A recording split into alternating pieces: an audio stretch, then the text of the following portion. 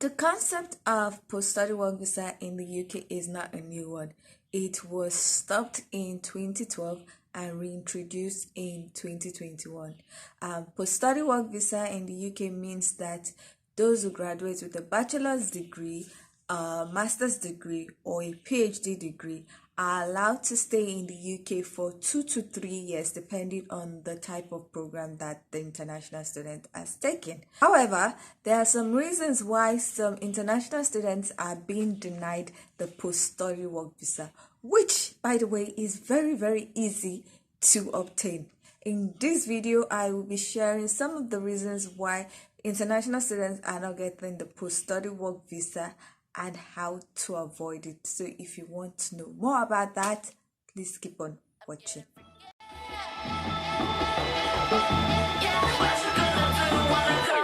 Everybody know I'm a visual.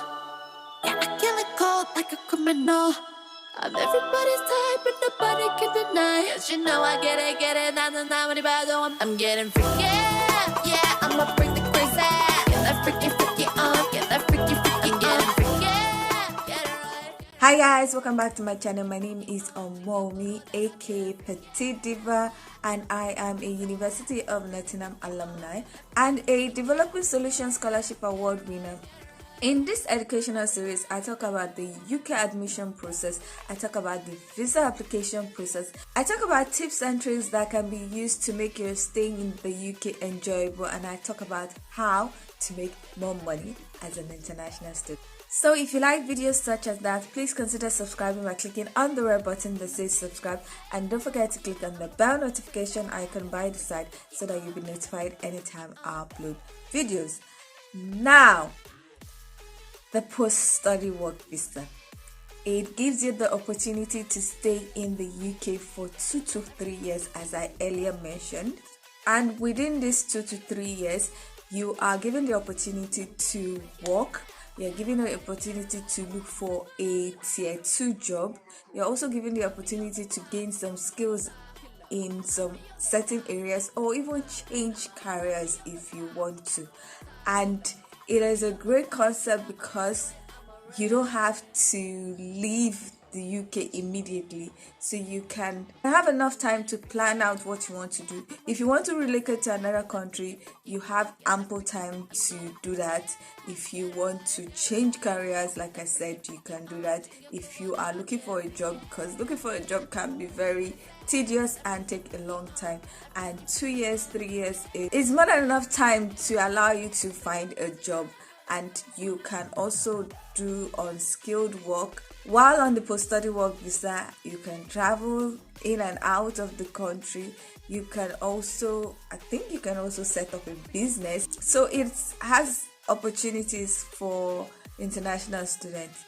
But the issue is that some people are getting denied. And the application for post-study work visa is, in my own opinion, very stress-free, because you just have to fulfill some certain condition and apply.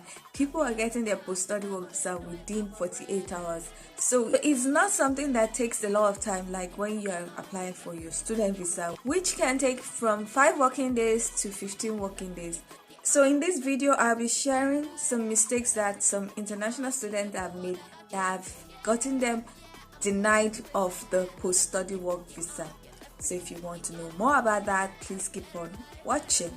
Before we get into the reasons, I just want to tell you guys that this video is sponsored by Amber Student. Now, Amber Student is a platform which allows international students to be able to get accommodation. So, you know, accommodation is one of the headaches of international students, because we are coming from our home country.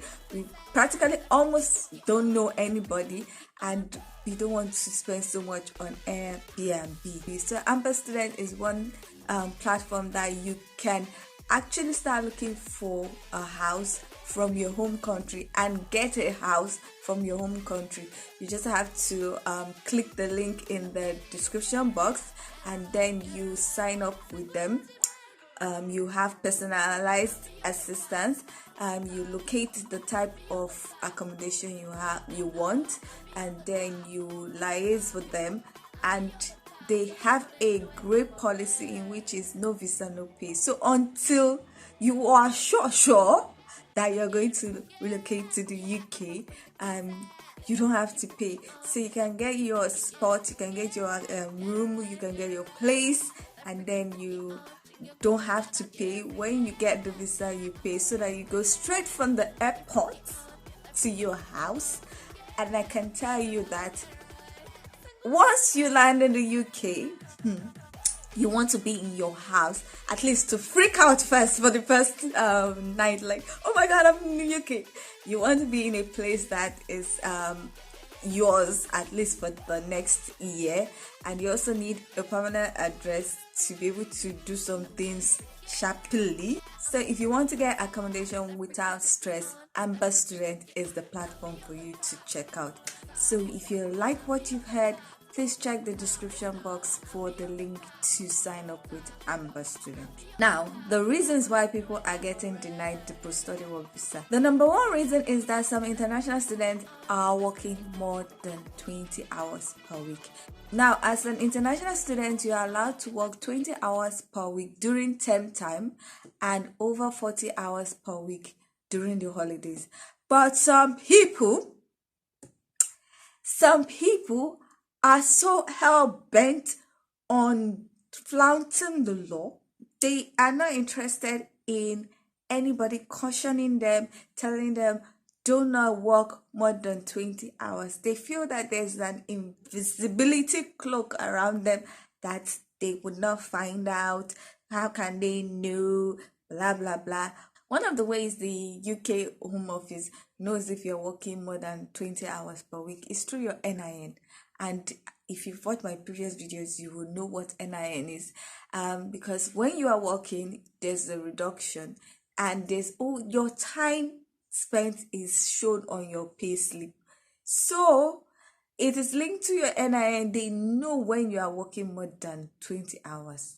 Another way is when you're working more than 20 hours, you're less likely to be going to school, to be attending the workshops, to be submitting on time, except you are one heck of a human being, but you're less likely to do that. And your school will notice, because for some schools, it's 75% attendance. If you have less than 75% attendance, alarms start going on in their brain and like, okay, where is this student and the rest? And they can report you to UK office, or even wait for you until the end of the program and then tell UK officer, oh, this person was not really coming to class, something like that. So please try to limit the hours that you work during term time.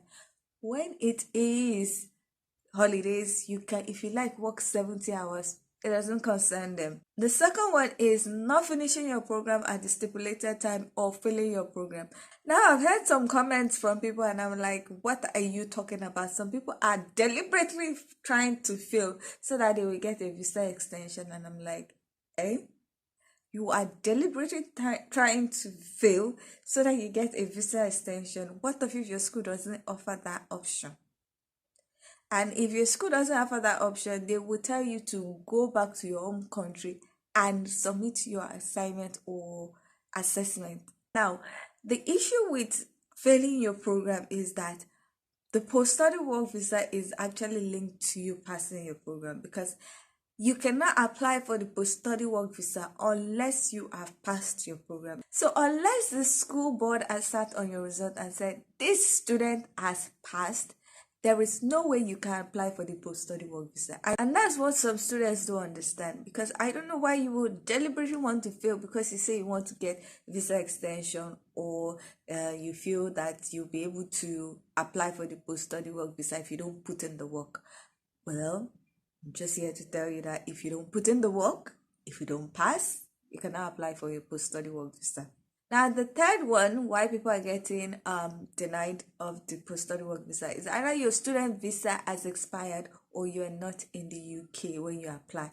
You have to be in the UK when you apply, and you have to be on a student visa before you can apply. So some people would apply like a month to the end of the student visa. As you all know, your student visa, depending on the length of your course, it usually has extra 4 months or 2 months. That's why you have to check your CAS and also have to check your course outline to know if the duration of your course is less than 365 days. Because if it's less than 365 days, you get 2 months extra. As against if it is more than 365 days, you will get 4 months extra. So you need to check your course outline and also let your school know that you need a course duration that is more than 365 days, so that you'll be able to get the extra 4 months. And why I'm insisting on getting the extra 4 months is because most of the time you will not have received your result within 2 months after the end of your course. So, and then trying to get a CAS extension or visa extension at that time would be very, very hectic. Some schools don't even do it. So for you to have less stress when applying for the post-study work visa, you need to check your course duration so that you're sure that you're going to get the extra 4 months. Another reason that might prevent you from getting post-study work visa is freelancing 24/7. I've seen some people say they are doing some things and I'm like, do you know that what you're doing is not right as an international student? There are some things you cannot do as an international student, and even if you want to do it, you have to do it on the, you get what I'm saying? So if you do it 24/7 and they begin to suspect you, you might not get the post-study work visa, because legally international students are not supposed to be freelancers. They're not supposed to have a business in the UK.